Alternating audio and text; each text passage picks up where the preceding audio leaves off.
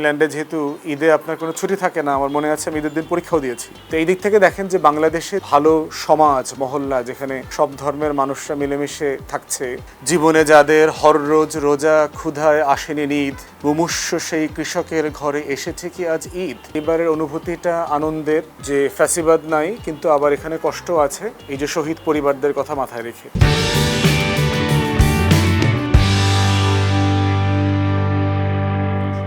প্রিয় দর্শক, স্বাগত জানাচ্ছি দিগন্তে ঈদ আড্ডা অনুষ্ঠানে। আপনাদের সাথে আছি আমি যুবরাজ ফয়সাল। রাজনীতি নানা মত নানা পথ, ঈদ আসলে সবাই মিলে এক মোহনায়। রাজনীতির মাঠে যার বক্তব্যে উত্তাল থাকে রাজপথ, টকশোতে যুক্তিতর্ক উপস্থাপনায় সরব থাকে সোশ্যাল মিডিয়ায়। আজ কথা বলবো এবি পার্টির সাধারণ সম্পাদক আসাদুজ্জামান ফুয়াদের সাথে। চলুন যাই তার কাছ থেকে শুনি রাজনীতি নানা বিশ্লেষণের বাইরে কেমনভাবে ঈদ কাটাবেন তিনি। ফুয়াদ ভাই, আপনাকে স্বাগত জানাচ্ছি দিগন্তের ঈদ আড্ডা অনুষ্ঠানে। কেমন আছেন আপনি? ভালো, আলহামদুলিল্লাহ, ধন্যবাদ। ঈদ মোবারক। এই যে ঈদ আর রাজনীতিবিদদের ঈদ, এটার মধ্যে একটা পার্থক্য সবাই বলে। আপনি একজন রাজনীতিবিদ হিসেবে এবারের ঈদ নিয়ে কি পরিকল্পনা করেছেন? সাধারণ ফ্যানের দিন শেষ, আকিস ফ্যানে বাংলাদেশ। প্রথম কথা হচ্ছে যে পরিকল্পনা তো করি নাই, তবে বাংলাদেশের 16-17 বছরের ফ্যাসিবাদ শাসনের পরে এবারের ঈদটা হচ্ছে যারা গণতন্ত্রের পক্ষে শক্তি ছিলেন তাদের জন্য একটা ঐতিহাসিক ঘটনা।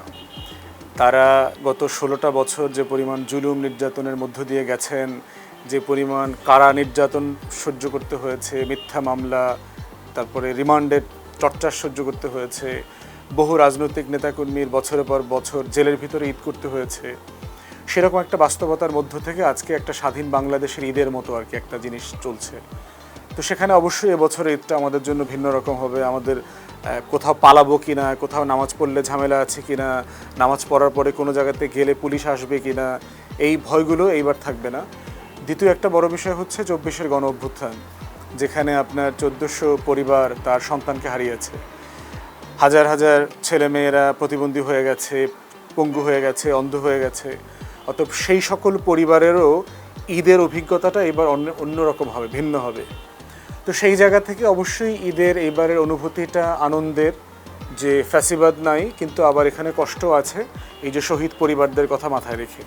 তাই এবারের অনুভূতিটা যথেষ্ট মিশ্র আর কি। ছোটবেলার ঈদ আর বর্তমান ঈদের মধ্যে পার্থক্যটা কোন জায়গায় দেখেন আপনি?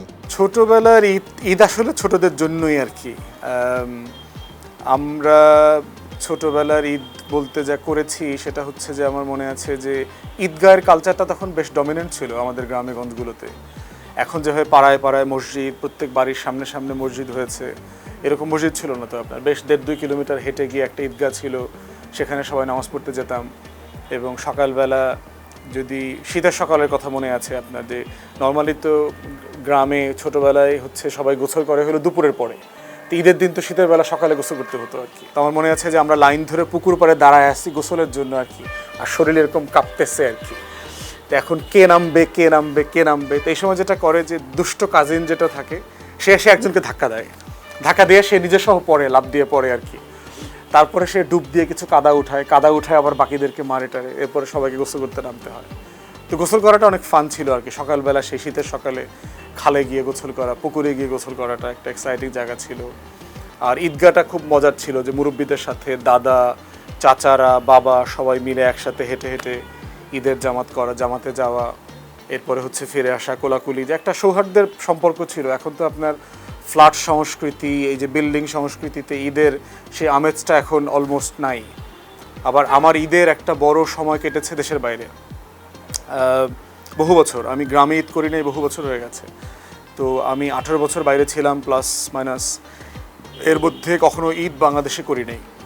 তো এই জন্য আমার অভিজ্ঞতার একটা বড় জায়গা হচ্ছে যে আপনার বিদেশে একটা নন মুসলিম কান্ট্রিতে ঈদটা আসলে কেমন হয়, কিভাবে উদযাপিত হয়, সেই জায়গাটা একটা বড় অভিজ্ঞতার জায়গা আর কি। এবং লন্ডনে যে জায়গাগুলোতে ছিলাম সেখানে বেশ বাঙালি অধ্যুষিত, তো ওই জায়গাটাতে একটা ঈদের আমেজ ছিল। শীতের দেশ, বিশাল মসজিদে নামাজ পড়তাম, ওখানকার ইসলামের মসজিদে নামাজ পড়তাম।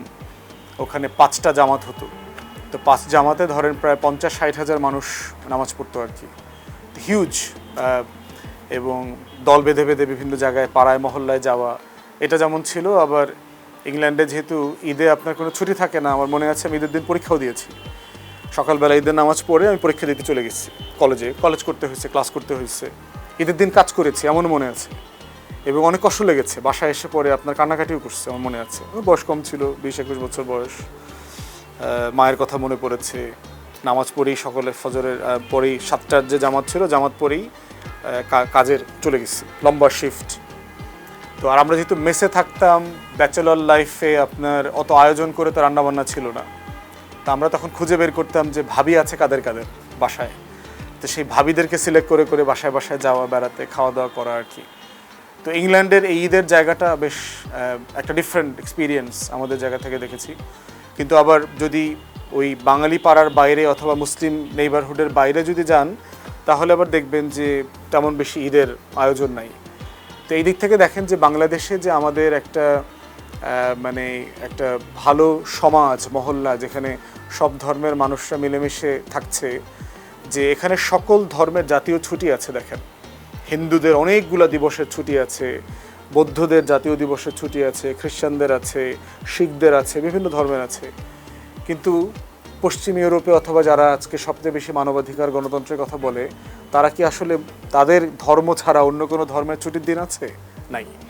তো সেই জায়গাতে দেখেন যে আমরা কিন্তু এই জায়গাটাতে কম্পারেটিভলি আগায় আসছি, যে সকল ধর্মের লোকদেরকে অ্যাকোমোডেট করা, একটা কালচারাল ফেস্টিভিটিকে করা, অ্যাকোমোডেট করা এবং সেটা এনজয় করার ক্ষেত্রে।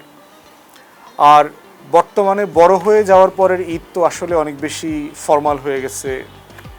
গত 4-5 বছর তো আসলে ভালো ঈদ ছিল না। সবাই রাজনৈতিক পরিবেশের কারণে, পরিস্থিতির কারণে সবাই একটা অপরাধ বোধে আমরা ভুগতাম, একটা ভয়, শঙ্কা, আত্মীয় স্বজন, বাড়ি যাওয়া না যাওয়া, এগুলো নিয়ে। তো সব মিলিয়ে এবার ঈদটা সার্টেনলি অনেক বছর পরের একটা ঐতিহাসিক ঈদ, যেটা হয়তো আপনারা রোজার মানে ইফতারের প্রোগ্রামগুলোতে দেখেছেন, খুবই লাইভ এবং প্রাণবন্ত মানে ইফতারের আয়োজন হয়েছে বহু বছর পরে এরকম। শৈশবের এমন কোনো স্মৃতি এখনো মনে পড়ে যে ঈদটা যে এমন গেছে যেটা আপনাকে এখন নিজেকে অনেক অনুপ্রাণিত করে বা অনেক কষ্ট দেয়, এমন কোনো ঈদ? মানে খুব পার্টিকুলারলি খুব বেশি মনে পড়ছে না, বাট অনেকগুলো ঘটনার বাস্তবতা ছিল আমাদের, যে আপনার বিভিন্ন জেলায় জেলায় থেকেছি তো চাকরির সুবাদে, তো এবং প্রচুর স্কুল পরিবর্তন করতে হয়েছে একটা সময় আপনার। তো আমার মনে আছে যে ওই স্কুল পরিবর্তন করার কারণে বন্ধু পরিবর্তন হয়ে যেত খুব বেশি। তো ঈদের আনন্দটাও খুব বেশি মানে হইতো না আর কি, কারণ নতুন বন্ধু তৈরি করা, এদের সাথে আবার ঈদের সম্পর্কটা তৈরি হওয়া, ওই জায়গাটাতে আপনার যথেষ্ট ঘাটতি ছিল আর কি। তো আর হচ্ছে যে বাবা খুব সৎ মানুষ ছিলেন, ঈদে কাপড় চোপড় কেনার যে কালচারটা ছিল, তো সেখানে বাবার সামর্থ্যে কুলাতো না সব ঈদে আমাদেরকে কাপড় চোপড় দেয়া। আর বাবা আমাদেরকে সবসময় যেটা বলতেন, তোমার প্রয়োজন হইলে কাপড় চোপড় কিনবা, ঈদ বলে তোমাকে শপিংয়ে যেতে হবে, ঈদ বলে তোমাকে নতুন জামা কাপড় কিনতে হবে, ঈদ আসছে বলে তোমাকে জুতা কিনতে হবে, এইটাতে উনি বিশ্বাস করতেন না। ওনার আইডিয়াটা ছিল তোমার লাগলে তুমি কিনবা, সেটা ঈদের সময় হোক আর ঈদের আগে পরে হোক। তো এই জন্য নতুন জামা কাপড় কেনার ব্যাপারে অত বেশি ফ্যাসিনেশন ছোটোবেলা থেকে আমাদের গ্রো করে নাই। আমার ওই টেন্ডেন্সিটা হচ্ছে প্রয়োজন, কেনাকাটা করতে হবে, ওইটা কেনা আর কি। কিন্তু ঈদ উপলক্ষে খুব এক্সাইটিং, কাপড় চোপড় কিনতে হবে, শপিংয়ে যেতে হবে, ওইটা আমি পার্সোনালি এখন এনজয় করি না। শপিং জিনিসটা, মার্কেট টার্কেটগুলো খুব বিরক্তিকর জায়গা আর কি। নর্মালি আমি বিপদে না পড়লে কোথাও যাই না আর কি। আপনি রাজনীতিতে অনেক ব্যস্ত মানুষ, আমরা জানি দেশের এই ক্লান্তিকালে অনেক জায়গায় কথা বলা, নিজেকে ভয়েস রেস করা থেকে সমাজের নিরীহ মানুষদেরকে নিয়ে কথা বলা, সব ব্যস্ততার মাঝে পরিবারকে সময় দেওয়া ঈদে বা কোনো পরিকল্পনা আছে কিনা এবারের ঈদে? পার্টিকুলারলি না, প্রতিদিনকার বাস্তবতা যেরকম আসলে সেরকমই। বাট ঈদের দিনে আবার একটা বিষয় হইলো যে আমরা যারা রাজনীতি করি, রাজনৈতিক কর্মী, আপনার আগের দিন থেকেই সাংবাদিকরা ফোন দেন যে কে কোথায় নামাজ পড়বেন। এবং রাজনীতির একটা প্র্যাকটিস আছে যে ইদার আপনি আপনার নির্বাচনী এলাকাতে নামাজ পড়বেন অথবা জাতীয় মসজিদ, বায়তুল মোকাররম, জাতীয় ঈদগাহ ময়দানে নামাজ পড়বেন, এরকম একটা এক্সপেকটেশন আছে। এখন ইংল্যান্ডে থাকা অবস্থায় কিন্তু আমরা ফ্যামিলি সবাই মিলে নামাজ পড়তে যাইতাম, সবাই মিলে মসজিদে যেতাম একসাথে। তো বাংলাদেশে এই অপরচুনিটিটা কম, খুব সিলেক্টিভলি কিছু জায়গা ছাড়া এই অপরচুনিটি আসলে নাই। তো সেখানে এইবার ঈদের পরিকল্পনা হচ্ছে গ্রামে চলে যাব আর কি, বাড়িতে যাব, বা মা যাবেন, বাড়িতে থাকবেন, বড় হয়ে যাবেন। তো ওনাদের সাথে গ্রামে ঈদ করবো, যেহেতু বহু বছর আসলে গ্রামে ঈদ করি নাই আর কি। তো আত্মীয় স্বজনের একটা ডিমান্ড আছে, ওখানে ঈদ করবার ইচ্ছা আছে আর কি। রাজনীতি এবং আইন পেশার বাইরে আপনার শখ কি? শখ হচ্ছে পড়ি, যখন সামর্থ্য ছিল বাইরে ছিলাম তখন প্রচুর ঘুরতাম, অনেক দেশে ঘুরেছি। আর পড়ার ভিতরে মুভি দেখি কিছু। মুভি হইলো আপনার একটু পলিটিক্স জড়িত, একটু হিস্ট্রি আছে, এরকম ইম্পর্ট্যান্ট মুভি টুভি দেখি, সমাজ নিয়ে দেখি। ব্রিটেনের একজন ক্লাসিক্যাল রাইটার ছিলেন জেইন অস্টিন, তার লেখা যেভাবে আমাদেরকে মুগ্ধ করে, তার উপরে, তার লেখার উপরে আপনার ড্রামা আছে, সিনেমা আছে, সেগুলো দেখি। বিবিসি ক্লাসিক্স নামে প্রচুর মুভি তৈরি করেছে। এর বাইরেও ধরেন টার্কিশ এবং ইরানিয়ান কিছু হিস্টোরিক্যাল ঘটনা নিয়ে তারা কিছু সিনেমা করেছে, মুভি করেছে, সেগুলো দেখি। কিন্তু বসে আসলে সিনেমা নাটক দেখার সময় আসলে এখন আর পাই না আর কি। পড়ার জিনিসও খুব বেশি পাচ্ছি না। এক সময় পড়েছি, শত শত হাজার হাজার বই পড়েছি একটা সময়, কিন্তু এখন অলমোস্ট লিটারালি কিছুই পড়ি না, পত্রিকাটা ছাড়া ইনফ্যাক্ট কিছু পড়ি না। তো শখের ভিতরে এখন চেষ্টা করি যে খুব বেশি স্ট্রেসফুল হইলে ধরেন ফেসবুকে ভিডিও দেখি, ধরেন একদম খুবই লুজ ভিডিও, বিড়ালের ছবি দেখি, কুকুর বিড়াল মাংকে নিয়ে বানর নাচানাচি করতেছে, এগুলো দেখি, ঘোড়ার দৌড় দেখি, বলে খুব হালকা জিনিস, যেটা চিন্তা করতে হবে না আর কি, এরকম জিনিস, বাচ্চাদের জিনিসপত্রগুলো দেখি জাস্ট নিজেকে রিল্যাক্স করার জন্য আর কি। ঈদের এই যে আমেজ, আনন্দ, নয়াদিগন্তের পাঠকদের জন্য যদি আপনি কোনো কিছু উপস্থাপন করতে চান বা কোনো কিছু বলতে চান বা আবৃত্তি করতে চান বা গান গাইতে চান, যে কোনো একটা যদি করতে চান আর কি। নজরুলের একটা বিখ্যাত কবিতা আছে আমার পছন্দের, ঈদকে নিয়ে, কৃষকের ঈদ, আমাকে মুখস্থ নাই, আমাকে দেখে পড়তে হবে, ওইটা আবৃত্তি করি এবং ওটাই মনে হচ্ছে যে আমার প্রতি বছরের ঈদের যে ফিলিংসটা আমার মধ্যে কাজ করে আর কি। কৃষকের ঈদ, কাজী নজরুল ইসলাম। বেলাল বেলাল হেলাল উঠেছে পশ্চিম আসমানে, লুকাইয়া আছো লজ্জায় কোন মরুর গোরস্থানে। হের ঈদগাহে চলেছে কৃষক যেন পেত কঙ্কাল, রোজা ইফতার করেছে কৃষক অশ্রু সলেলে হয়, কসাইখানায় যাইতেছে দেখেছ শিষ্য গরুর পাল। বেলাল তোমার কণ্ঠে বুঝি গো আজান থামিয়া যায়, থালা ঘটি বাটি বাধা দিয়ে হের চলিয়াছে ঈদগাহে, তীর খাওয়া বুকে ঋণে বাধা শির লুটাতে খোদার রাহে। জীবনে যাদের হররোজ রোজা ক্ষুধায় আসেনি নিদ, মুমূর্ষু সেই কৃষকের ঘরে এসেছে কি আজ ঈদ। একটি বিন্দু দুধ নাহি পেয়ে যে খোকা মরিল তার, উঠেছে ঈদের চাঁদ হয়ে কি সেই শিশু পাজরের হার। আসমান জোড়া কালো কাফনের আবরণ যেন টুটে, এক ফালি চাঁদ ফুটে আছে মৃত শিশুর অধর পুটে। কৃষকের ঈদ, ঈদগাহে চলে জানাজা পড়িতে তার, যত তকবীর শোনে বুকে তার তত ওঠে হাহাকার। মরিয়াছে খোকা কন্যা মরিছে মৃত্যু বন্যা আসে, এজিরের সেনা ঘুরিছে মক্কা মসজিদে আশেপাশে। কোথায় ইমাম, কোন সে খুতবা পড়িবে আজিকে ঈদে, চারিদিকে তবু মুর্দার লাশ তারই মাঝে চোখে বিধে। জরির পোশাকে শরীর ঢাকিয়া ধনীরা এসেছে সেথা, এই ঈদগাহে তুমি ইমাম, তুমি কি এদেরই নেতা। নিঙ্গারি কোরআন হাদিস ও ফেকা এই মৃতদের মুখে, অমৃত কখনো দিয়াছ কি তুমি হাত দিয়ে বলো বুকে। নামাজ পড়েছ কোরআন, রোজাও রেখেছ জানি, হায় তোতা পাখি শক্তি দিতে কি পেরেছ একটুখানি। ফল বহিয়াছ পাওনিক রস, হায় রে ফলের ঝুরি, লক্ষ বছর ঝর্ণা ডুবে রস পায় না কোনুরি। আংশিক বললাম। চমৎকার আবৃত্তি। আসলে নজরুল মানে বিপ্লবের একটা গন্ধ, বিপ্লবের পুরো স্পিরিট যেন তার মধ্যে থেকে বেরিয়ে আসে তার প্রত্যেকটা কবিতা থেকে। তো আপনাকে অনেক অনেক ধন্যবাদ আমাদের দর্শকদের জন্য চমৎকার একটি কবিতা আবৃত্তি করার জন্য। আমরা একটা বিষয় জানতে চাই, ঈদে আপনার কি খাবার পছন্দ আর কি? আমি সাধারণত সকালবেলা খেজুর খাই, সামান্য পায়েস ফিনিটিনে খাই। নর্মালি আমি স্পাইসি খাবার অথবা খুব ভারী খাবার পছন্দ করি না। ঈদের দিন আমি চেষ্টা করি যে পোলাওর সাথে ফ্রিজের পুরাতন কোনো মাছের তরকারি, শাকসবজির তরকারি আছে কিনা সেটা খুঁজে বের করতে আর কি। আর বাধ্য হয়ে তো কিছু রিচ ফুড খাইতে হয় আর কি, বাট খুব বেশি পছন্দ না ওগুলো খাবারের। রান্না করা হয় কি কখনো? রান্না তো পারি, সব রান্না পারি, A to Z সব ধরনের রান্না পারি। লন্ডনে যেহেতু ছিলাম রান্নাবান্না করেছি বহু বছর, মুরগি কোটা, মাছ কোটা, গোশত কোটা, কোটে কাটে রান্নাবান্না করা সব কাজ জানি, বাথরুম ক্লিন করা, ঘরের সব কাজ জানি ইনফ্যাক্ট। কিন্তু বাংলাদেশে এসে তো আসলে রান্না করার সুযোগ খুব কম হয়। আর বাইরে আপনার কিচেনের সেট আপটা সুন্দর আর কি, আপনি ওই যে মানে কি বলে এটাকে, মানে কোমর পরিমাণ উঁচু করে দেওয়া থাকে কিচেনগুলোতে, আপনি কাটাকাটি করতে পারবেন, দেশের কিচেনগুলো খুব ভালো সেট আপ নাই, বড়লোকদের বাড়িতে আছে, সাধারণ আমরা মধ্যবিত্ত যেসব বাড়িতে থাকি এইসব জায়গাতে ভালো সেট আপ নাই। তো মাটিতে বসে আবার দা বটি দিয়ে কাটাকাটি করতে হয়, ওটাতে অভ্যস্ত না। ছুরি দিয়ে আপনার কাটাকাটি করতে পারি, তো সব রান্না জানি, পোলাও, রোস্ট, কোরমা, গরু গোশত ভুনা সব রান্না করতে পারি। তাহলে তো মাঝে মাঝে রান্না করার প্র্যাকটিসও করেন, যে হচ্ছে পছন্দে কি রান্না করতে পছন্দ করেন আর কি? এক সময় তো রান্না করতে পছন্দ করতাম হচ্ছে খিচুড়ি পছন্দ করতাম। খিচুড়ির সাথে আমি গরু গোশত থেকে আপনার ভেড়ার গোশত পছন্দ করি বেশি।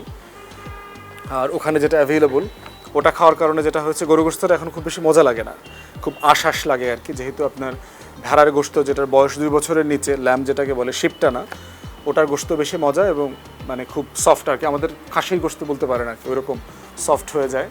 তো ওটার সাথে মানে খিচুড়ি আর গোশত ভুনাটা আমার খুব পছন্দের রান্না ছিল, খাওয়াও ছিল আর কি। আপনি বলছিলেন ভ্রমণের খুব বেশি পছন্দ করেন, ভ্রমণ করতে পছন্দ করেন। এবারের ঈদে দেশে বা দেশের বাইরে কোথাও ভ্রমণ করার কোনো পরিকল্পনা আছে? না, কোনো পরিকল্পনা নেই। আমি খুব গরিব মানুষ, আমার খুব সীমিত উপার্জন দিয়ে আমি চলি। আমার নিজেরই চলতে অনেক কষ্ট হয়, অত বাইরে বেড়াইতে যাওয়ার মতো সামর্থ্য এখন আমার নাই। আমরা একবারে শেষের দিকে চলে আসছি এই অনুষ্ঠানে। দিগন্তের যারা পাঠক রয়েছে, নয়া দিগন্তের পাঠকদেরকে বা নয়া দিগন্তের যারা দর্শক রয়েছে, তাদেরকে ঈদে যদি কোনো বার্তা দিতে চান আর কি? প্রথম কথা হচ্ছে ঈদের শুভেচ্ছা সবাইকে। বাংলাদেশ একটা গণঅভ্যুত্থান পরবর্তী একটা নতুন বাস্তবতার মধ্য দিয়ে যাচ্ছে। আপনার চারপাশটা যদি ভালো না থাকে, ইনফ্যাক্ট আপনি ভালো থাকবেন না, এটা গুরুত্বপূর্ণ। আল্লাহ রসুলের একটা বিখ্যাত হাদিস আছে যে 40 ঘরের প্রতিবেশীদের যে হকের ব্যাপারে বলেছেন, এবং জিবরাইল আলাইহিস সালাম এর ব্যাপারে বলা হচ্ছিল যে এমনভাবে বলা হচ্ছিল যেন আমাদের ওয়ারেসের ভিতরে তাদেরকে ঢুকিয়ে দেওয়া হবে। তো সেই জায়গাতে আমরা চারপাশের খবরটা যেন রাখি। দেশের 80% মানুষ দরিদ্র সীমার নিচে বাস করে, প্রচণ্ড গরিব, দুবেলা খেতে পায় না। চারপাশের এই গরিব মানুষগুলোকে যেন আমরা দেখভাল করি, বিশেষ করে যারা কাজ করে উপার্জন করে খায় কিন্তু টানাপোড়েনে থাকেন। আপনার ঘরের কাজের বুয়া, আপনার ড্রাইভার, আপনার দারোয়ান, পিয়ন, নিম্নবিত্তের যারা মানুষগুলো আছেন, এই মানুষগুলোর সাথে ঈদ শেয়ার করাটা জরুরি। আপনি যখন বাজারে যাচ্ছেন, অনেক কেনাকাটা করছেন, অনেক খাচ্ছেন, প্রস্তুতি নিচ্ছেন, চারপাশের এই মানুষগুলো সম্পর্কে ভুলে যাবেন না। কারণ আমরা সবাই মিলে ভালো থাকাটার নাম হচ্ছে ঈদ। একটা বিখ্যাত আরব কবিতা আছে, একটা প্রবাদও আছে আর কি, লাইসাল ঈদু মিন লাবিসা বিল জাদিদ ইন্নামাল ঈদু মিন খাফা বিল ওয়াইদ। যে নতুন কাপড় চোপড় পরার নামটা শুধু ঈদ না, বরং হচ্ছে আপনি কনশাসনেস কতটুকু আছেন, আপনার সৃষ্টিকর্তা খোদাকে ভয় করে চারপাশকে দেখভাল করছেন, এমন ঈদ হচ্ছে আসলে আসল ঈদ। আসেন সেই নজরুলের যে স্পিরিট, কৃষকের ঈদ, আমার চারপাশের গরিব মানুষের ঈদ, সেই ঈদগুলো যেন আমার আপনার ঈদ হয়, এটাই আমরা চাই। ধন্যবাদ। হাজারো ব্যস্ততায় দিগন্ত ঈদ আড্ডায় সময় দেওয়ার জন্য আপনাকে অনেক অনেক ধন্যবাদ এবং কৃতজ্ঞতা। প্রিয় দর্শক, এতক্ষণ সাথে থাকার জন্য আপনাদেরকে ধন্যবাদ। আবারও দেখা হবে দিগন্ত ঈদ আড্ডায় নতুন কোনো অতিথির সাথে, নতুন কোনো গল্প নিয়ে। সবাইকে ঈদ মোবারক।